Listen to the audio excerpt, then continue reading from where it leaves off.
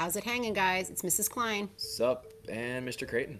We're here with your first podcast for our unit on Japan. Chapter 8, Lesson 1 is entitled The Land of the Rising Sun.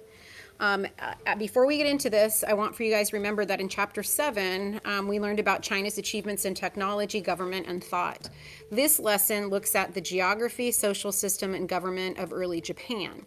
You're also going to learn about the influence of Chinese culture on Japan throughout the course of this unit. Okay, as always, you guys, you've got some vocabulary terms that you need to be mindful of. This go around, there are 4 of them. The words are Shinto, regent, Prince Shotoku, and embassy. And remember that when you hear this sound, you've heard a vocabulary term and word. All right, we've got a new big idea and essential questions for this unit. The big idea: new civilizations are an evolution of previous civilizations. And the first essential question: what makes an idea everlasting? All right, next essential question: what contributes to the advancement of civilizations? And the final essential question: how do internal conflicts affect civilizations? The first part we'll be talking about is the effects of geography on Japan. You can find this on pages 251 to 252. The question you should be thinking about: how is Japan's history influenced by its landforms, climate, and closeness to China and Korea? The island of Japan is 120 miles off of the coast of Asia. In some ways, living in Japan is hard.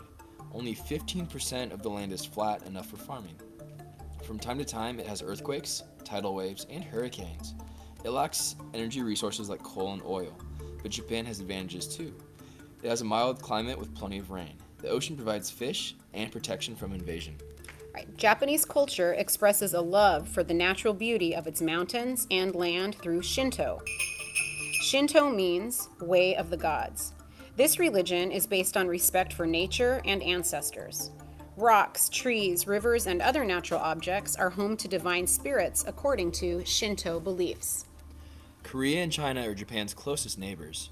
Both influence its culture, especially China. Chinese beliefs and ideas had an impact on religion, government, arts, and agriculture. Japan's name comes from the Chinese. They called the islands Land of the Rising Sun, or Japan. The question you guys should be answering right now: how did Japan's location affect its culture?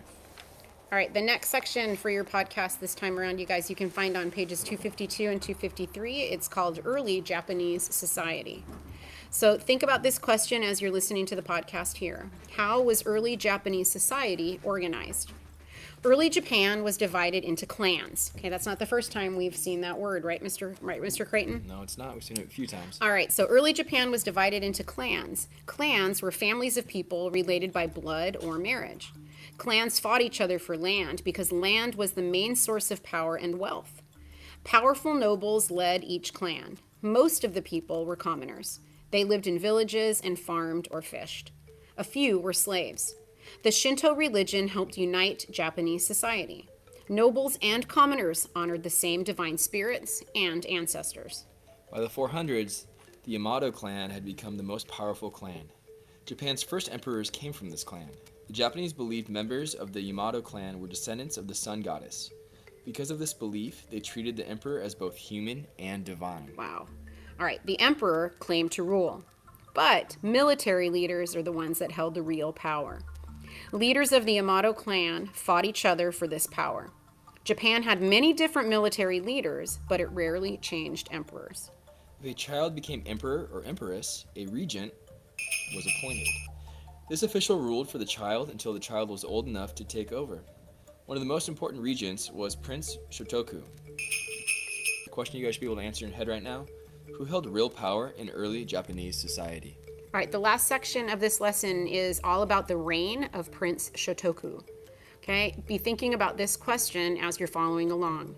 What role did Prince Shotoku play in Japan's history?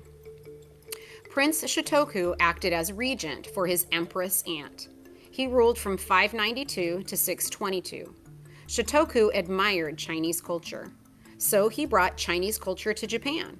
He sent Japanese scholars and artists to China to study Chinese society, and he also welcomed skilled Chinese workers to Japan.